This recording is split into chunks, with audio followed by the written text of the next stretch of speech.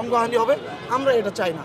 আমরা বর্তমানে আমরা যেটা চাচ্ছি, আমরা আমাদের রক্ত দিয়েছি, আমাদের ভাইদের হারিয়েছে, আগামী প্রজন্ম যেন এইভাবে কেউ না হারায়, কোনো মা যেন তার সন্তান না হারায়, কোনো ভাই যেন তার হাত না হারায়, কোনো ভাই যেন তার চোখ না হারায়, কোনো ভাই যেন তার না পা হারায়।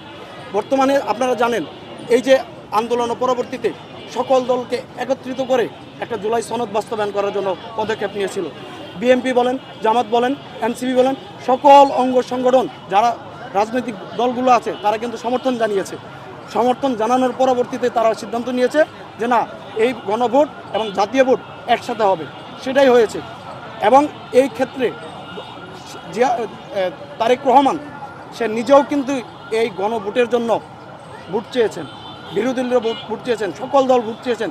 এখন ভোট চাওয়ার পরবর্তীতে, এখন সরকার আসার পরবর্তীতে কেন তারা মানিয়ে নিচ্ছে না, কী কারণে নিচ্ছে আমাদের জানার প্রশ্ন।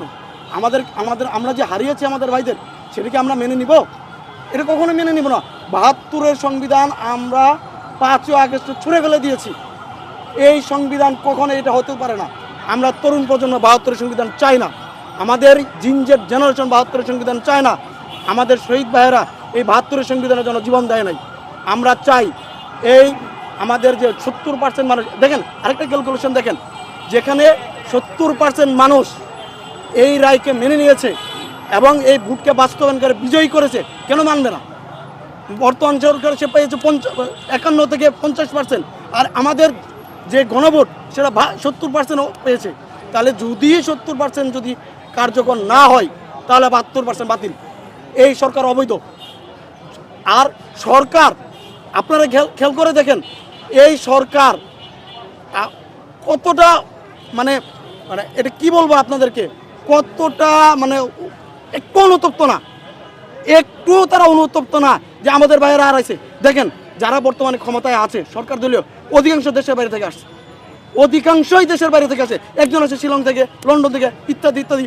এবং কি এখানে দেশের ১,০০০ কোটি টাকা পর্যন্ত তারা আছে। আমি ওইসব যাব না।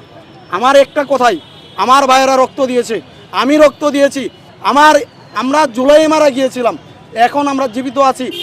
এটা আমাদের বোনাস ছিল, আল্লাহ আমাদেরকে দিয়েছেন।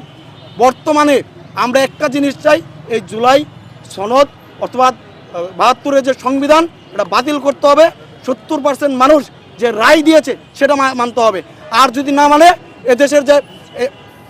এদেশ যে সাধারণ জনতার, এটাকে তারা প্রত্যাখ্যান করতেছে, সাধারণ মানুষকে তারা অস্বীকৃতি জানাচ্ছে, এটা আমরা কখনোই মেনে নেব না।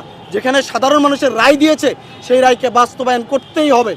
এটার জন্য যদি আমাদের জীবন দিতে হয়, আমরা জীবন দিতে প্রস্তুত। এইখান থেকে আমরা এক বিন্দু চুল পরিমাণ সরব না, ইনশাআল্লাহ। এটা আমাদের কথা।